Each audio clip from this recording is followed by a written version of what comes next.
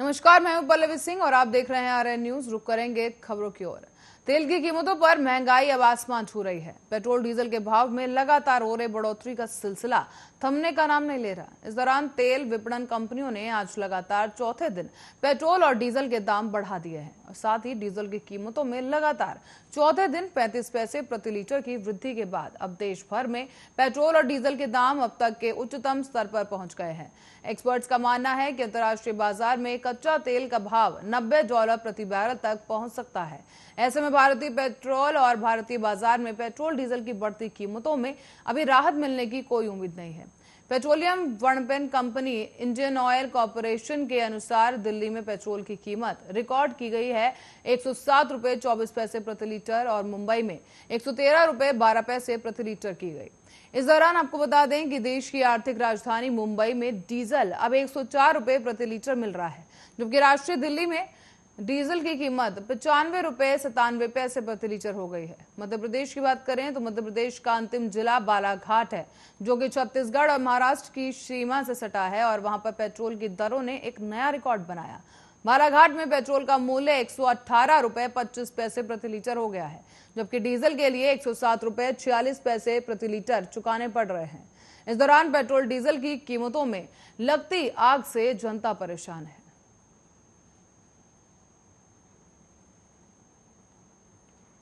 और जम्मू कश्मीर में आम नागरिकों पर बढ़ती आतंकी घटनाओं के बीच केंद्रीय गृह मंत्री अमित शाह का 3 दिवसीय दौरा शनिवार से शुरू होने जा रहा है।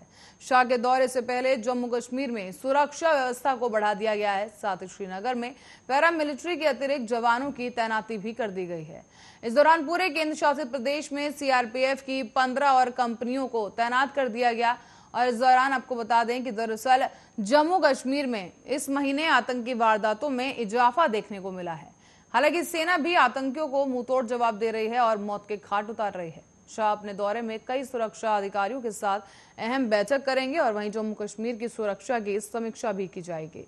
सूत्रों के अनुसार अमित शाह पहले इंटरनेशनल फ्लाइट जो कि श्रीनगर से शारजाह की है, वहां पर उसका भी उद्घाटन करेंगे और श्रीनगर और यूएई को जोड़ने वाली बहुपरीक्षित सीधी उड़ान के बारे में भी नागरिक उड्डयन मंत्री ज्योतिरादित्य सिंधिया ने पिछले महीने ही अपनी कश्मीर यात्रा के दौरान घोषणा की थी कि वहीं जम्मू कश्मीर पहुंचने के बाद अमित शाह राजभवन जाएंगे, जहां वो सभी सुरक्षा और खुफिया प्रमुखों की उपस्थिति में उच्च स्तरीय बैठक की अध्यक्षता करेंगे। बताते चले कि यूनिफाइड कमांड मीट में भाग लेने वालों में IB chief Arvind Kumar, DGP CRPF और NIA Kuldeep Singh, DGP NSG और CISF MA Ganapati, DGP BSF Pankaj Singh और DGP Jammu Kashmir police Dilbag Singh, army commander और 3 शीर्ष कॉर्प कमांडर प्रतिभागी भी शामिल होंगे। इसके अलावा आईजी कश्मीर और आईजी जम्मू दोनों भी मौजूद रहेंगे।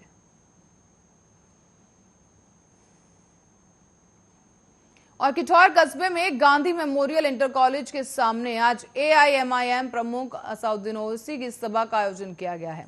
तो वहीं आपको बता दें, इस सभा के लिए शुक्रवार की देर रात तक तैयारियां चलती रही।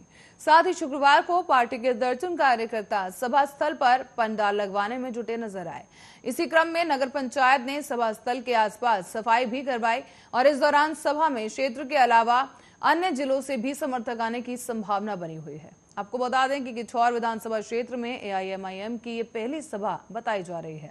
इस दौरान किठौर विधानसभा जो क्षेत्र है वो राजनीति का गढ़ माना जाता है और यहाँ पर बसपा नेता मुनकाद अली और सपा नेता शाहिद मंजूर का भी पैतृक गांव है। दोनों नेताओं ने यहीं से अपनी राजनीति की शुरुआत की थी और दोनों की ही मुस्लिम समाज में अपनी अपनी पकड़ है।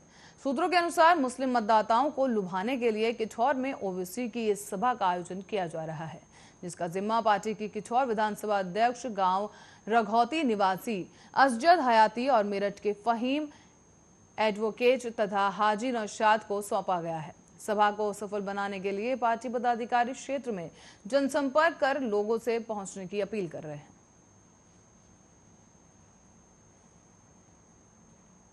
और पंजाब कांग्रेस के प्रभारी बनाए गए हरीश चौधरी भी अब मंत्री पद से इस्तीफा दे सकते हैं। आपको बता दें कि हरीश चौधरी राजस्थान के अशोक गहलोत की सरकार में राजस्व मंत्री हैं और चौधरी को कुछ दिन पहले ही हरीश रावत की जगह पंजाब कांग्रेस का प्रभारी बनाया गया।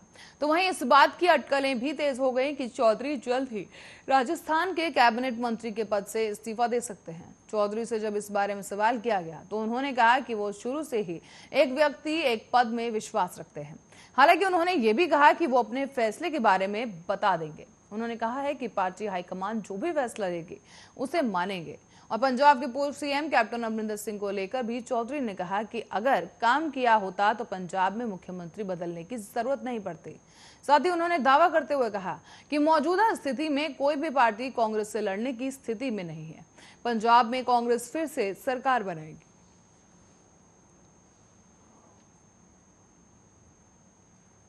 बॉलीवुड अभिनेता शाहरुख खान के बेटे आर्यन खान के ड्रग केस को लेकर अब एनसीबी के नेता और महाराष्ट्र के मंत्री नवाब मलिक एनसीबी पर हमलावर हो गए हैं।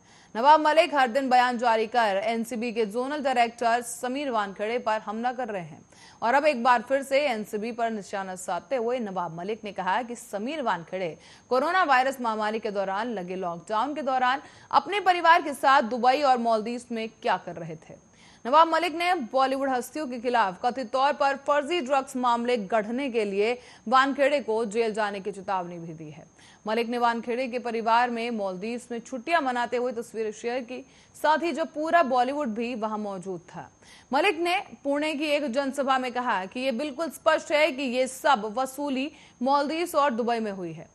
मैं उन तस्वीरों को जारी कर रहा हूं और वो मालदीव दुबई में क्या कर रहा था उन्हें जवाब देना चाहिए। नवाब मलिक ने कहा कि समीर वानखेड़े कुछ फिल्मी लोगों को फर्जी मामलों में फंसाने और उन्हें एनसीबी के सामने परेड कराने की कोशिश कर रहे हैं। बीजेपी के साथ लोगों के साथ वानखेड़े फिल्म उद्योग के लोगों को धमका रहे हैं। साथ ही मैं दोहरा रहा हूं कि वो झूठे मामले दर्ज करते हैं और बिना किसी सबूत के व्हाट्सएप चैट के आधार पर लोगों को गिरफ्तार करते हैं। मैं इस पर और खुलासा करने जा रहा हूं। मलिक ने चेतावनी देते हुए कहा कि मैं उन सभी फर्जी मामलों पर पूरे सबूत के साथ वानखेड़े का पर्दाफाश करूंगा जिन्होंने साथ में ही बॉलीवुड में डर पैदा करने की कोशिश की है और इसके लिए उन्हें भारी कीमत भी चुकानी होगी। इस दौरान 6 महीने के भीतर ही उनकी नौकरी चली जाएगी और 1 साल के भीतर उन्हें जेल हो जाएगी। मलिक के आरोपों पर समीर वानखेड़े ने कहा कि मैं ये समझने में विफल हूं कि मुझ पर मेरी बहन, मेरे सेवानिवृत्त पिता, मेरी मृत मां और हम पर हमले क्यों हुए, जबकि मैं तो केवल अपना कर्तव्य निभा रहा हूं। मामला विचाराधीन है और मैं बाद में उचित जवाब दूंगा। उन्होंने कहा है कि मैं जब से सर्विस ज्वाइन करके आया हूं तब से ही कभी भी दुबई नहीं गया। मैं मेरी बहन के साथ मालदीव नहीं गया और मैंने सरकार से आधिकारिक रूप से छुट्टी ली थी और अपने पैसे से अपने परिवार के साथ ट्रिप पर गया था। मेरी बहन अलग से मालदीव गई थी। और समीर वानखेड़े ने बताया कि मैं जल्द ही नवाब मलिक के खिलाफ लीगल एक्शन लूंगा। और मुंबई क्रूज ड्रग्स मामले में शाहरुख खान के लाडले आर्यन खान की मुश्किलें कम होने का नाम नहीं ले रहे हैं। आर्यन की जमानत के लिए 2 बार याचिका दायर की गई, लेकिन दोनों ही बार कोर्ट की तरफ से याचिका खारिज कर दी गई है। अब आर्यन खान के वकील ने बॉम्बे हाई कोर्ट का दरवाजा खटखटाया। साथ ही आर्यन खान की तरफ से जो याचिका हाई कोर्ट में दायर की गई, इसमें मेंशन किया गया है कि क्रूज जहाज पर ड्रग्स की जब्ती मामले में एनसीबी उन्हें फंसाने की कोशिश कर रही है और व्हाट्सएप चैट को भी बेहद गलत तरीके से पेश किया जा रहा है। दरअसल आर्यन खान की जमानत याचिका को बुधवार के दिन स्पेशल कोर्ट द्वारा खारिज कर दिया गया था, जिसके बाद आर्यन के वकील ने हाई कोर्ट में याचिका दायर की। इस पर 26 अक्टूबर को सुनवाई की जाएगी। इस दौरान आर्यन खान की याचिका में लिखा है कि व्हाट्सएप चैट्स की एनसीबी गलत तरीके से व्याख्या कर रही है जिससे वो फंस सके। ये एकदम गलत और अनुचित है। ऐसा किसी के साथ नहीं किया जाना चाहिए। याचिका में आर्यन खान की तरफ से यह भी कहा गया है कि एनसीबी को उनके पास से किसी तरह का कोई ड्रग नहीं मिला था। साथ ही यह भी कहा जा रहा है कि वो आचित कुमार और अरबाज मर्चेंट के अलावा किसी और को नहीं जानते थे। किसी अन्य आरोपी से उनका कोई लेना देना नहीं है। दरअसल एजेंसी ने 20 लोगों को ड्रग मामले में गिरफ्तार किया है। याचिका में यह भी कहा गया है कि एनसीबी जिन व्हाट्सएप चैट्स को जरिया बना रही है वो घटना से बहुत पहले की है। उन चैट्स का इस घटना से किसी प्रकार का कोई लेना देना नहीं है। अपील में यह भी कहा गया कि गलत तरीके से उन मैसेजेस को पेश किया जा रहा है और समझाया जा रहा है। ऐसे में एनसीबी की तरफ से जो याचिका दायर की गई है उसमें कहा गया है कि आर्यन को जमानत ना दें, वरना सबूतों के साथ छेड़छाड़ हो सकती है। कोई व्यक्ति प्रभावशाली है तो वो सबूतों के साथ छेड़छाड़ कर सकता है, सिर्फ इसीलिए उसे जेल में रहना चाहिए। कानून में ऐसी कोई व्यवस्था नहीं है।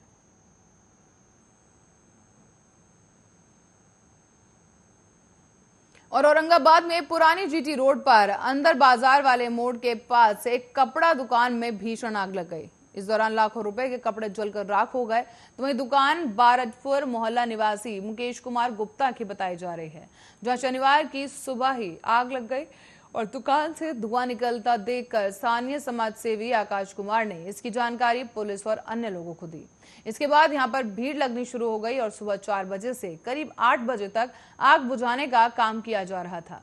4 घंटे की मुशक्कत के बाद आग पर काबू पाया गया और इस आगलगी में मुकेश कुमार गुप्ता की पूरी दुकान जल गई है। 2 तल्ले की इस दुकान में रखे सारे कपड़े जलकर राख हो गए।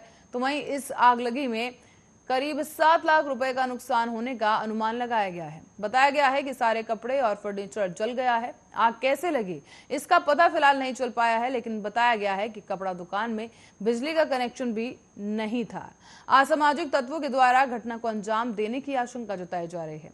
इस दौरान प्रत्यक्षदर्शियों ने बताया है कि दुकान से धुआं निकलता देखकर लोगों को आगलगी का पता चला, जिसके बाद मामले की सूचना नगर थाना पुलिस और फायर ब्रिगेड की टीम को दी गई। सूचना मिलते ही फायर ब्रिगेड की 4 गाड़ियां मौके पर पहुंच गई। श्री सीमेंट से भी एक गाड़ी पहुंची और आग बुझाने में लग गई। इस दौरान काफी मुशक्कत के बाद आग पर काबू पाया गया।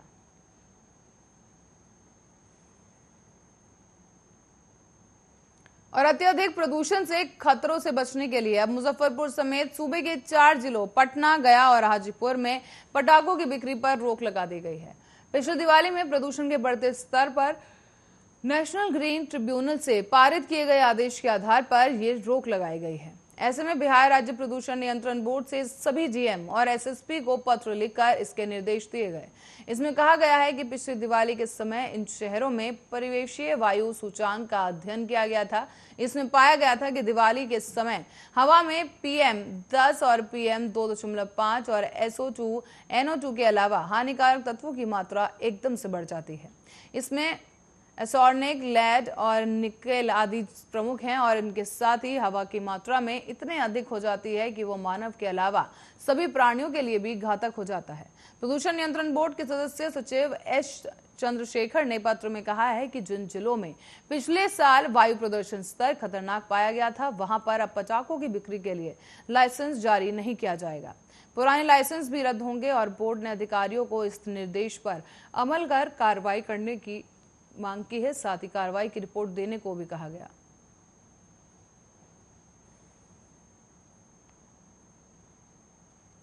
मुजफ्फरपुर में एक महिला बैंक कर्मी ने शुक्रवार को अपने सहकर्मी पर यौन शोषण का आरोप लगाकर एफआईआर दर्ज करवा दी। आरोपित ने वायरल वीडियो करने की धमकी देकर उसे 2 बार 55,000 रुपए भी ठग लिए हैं। ऐसे में नगर थानेदार ओम प्रकाश ने बताया है कि एफआईआर में मिछनपोरा थाने के रामबाग निवासी गौरव कुमार को नामजद किया गया और केस की छानबीन का जिम्मा दरोगा बबीता कुमारी को सौंपा गया है।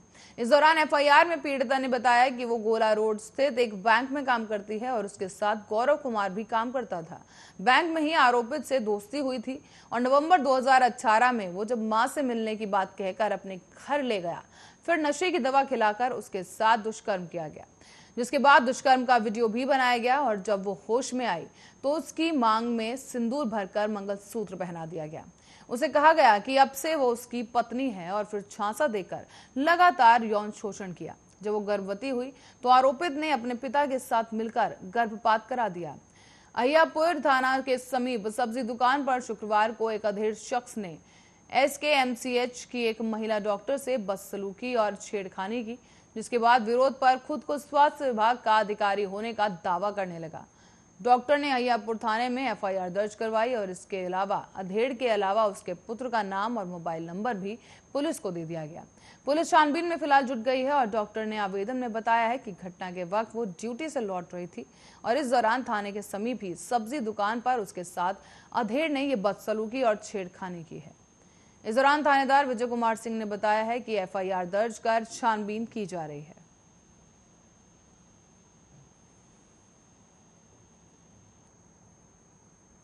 और उत्तराखंड की ओर रुख करेंगे, जहां उत्तराखंड में अब स्वास्थ्य सुविधाओं को बेहतर बनाने के लिए शुक्रवार को चमोली जिले के गोपेश्वर से एयर एम्बुलेंस सेवा का शुभारंभ किया गया।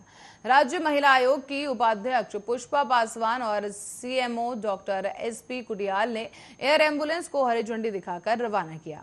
तो वहीं बताते चलें कि पहले दिन एयर एम्बुलेंस से गैस सिलेंडर फटने से झुलसे 3 मरीजों को हायर सेंटर देहरादून भेजा गया। गोपेश्वर पुलिस मैदान से अपराह 3 बजे एयर एम्बुलेंस सेवा का शुभारंभ किया गया और राज्य महिला आयोग की उपाध्यक्ष पुष्पा पासवान ने कहा कि एयर एम्बुलेंस सेवा आपदा प्रभावित क्षेत्रों के लिए मील का पत्थर साबित होगी। दूर दराज के गांवों और गरीबों और आम मरीजों को इसका लाभ भी मिलेगा। इस दौरान भाजपा के जिलाध्यक्ष रघुवीर सिंह बिष्ट ने कहा कि लंबे समय से प्रदेश में एयर एम्बुलेंस सेवा के संचालन की मांग की जा रही थी और इस मौके पर चमोली जिला सहकारी बैंक के अध्यक्ष और महिला मोर्चा की जिला अध्यक्ष, जिला पंचायत सदस्य समेत कई अधिकारी भी मौके पर रहे। और इस दौरान वो आपको बताते चलें कि मुख्यमंत्री पुष्कर सिंह धामी, स्वास्थ्य मंत्री डॉक्टर धन सिंह रावत और पर्यटन मंत्री सतपाल महाराज शुक्रवार को गोपेश्वर जिला अस्पताल में सिलेंडर फटने से झुलसे मरीजों से मिलने भी पहुंचे थे। इस दौरान डॉक्टरों ने अधिक झुलसे मरीजों को हायर सेंटर रेफर करने की बात कही। इस पर मुख्यमंत्री और स्वास्थ्य मंत्री ने 3 गंभीर मरीजों को एयर एम्बुलेंस से कोरोनेशन अस्पताल देहरादून भेजने पर चर्चा की है। इन्हीं मरीजों को हेलीकॉप्टर से भेजने के साथ ही एयर एम्बुलेंस सेवा के शुभारंभ की योजना भी बनाई गई।